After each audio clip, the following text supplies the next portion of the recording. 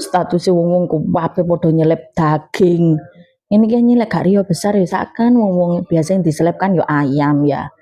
Walah sakno ya lek aku masih rio besar sembarang kali. Assalamualaikum. Salam apa? Iku mang aku ketok sampean lawang jemblang marang aku rene. Iki mari golek godhong puhung. Lapo kan usume wong mangan iwak kok sik godhong puhung. Ya aku lah pesen sih nang gendut jarene atene diolehno kok apa iku jenenge sapi limo. Apa iki jenenge?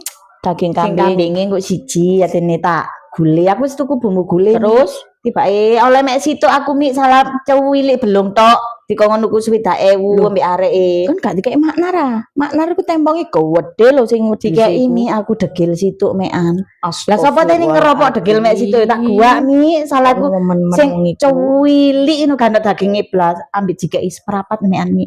Iwake iya iwak sapi. Ya wis tak apa ku jenenge wis tak soto wisan. Ya awas lho kan lak tak kei isi 1 kilo. Iya, lha iku sik tak simpen sik mi digawe ben-ben ngono lho ora tak kabeh-kabehno. Lah adikmu lak kurban rupane. Iya.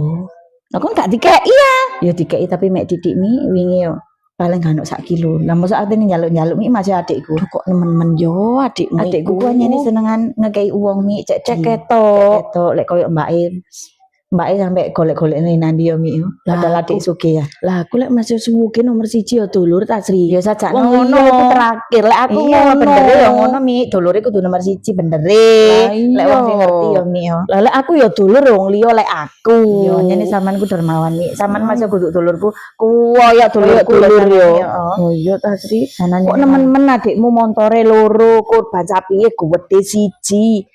Ya tene ya apa mi masa tene njaluk-njaluk. Ya bener kon wis enak jauh. Bojone koyo ngono kuwi catus-catus ngono mi. Bojone iya kok gak seneng nang aku ya sabar sih ojo ngurusi penting kon iso omah-omah dhewe. Wis alhamdulillah macam mangan-mangan ambek tempe wong aku gak campur ya. Iya. Wis tak kei daging meneh yo ayo. Mi, lah godhong puhungku ya apa mi? Ya kurang Sri. Oh ya wis.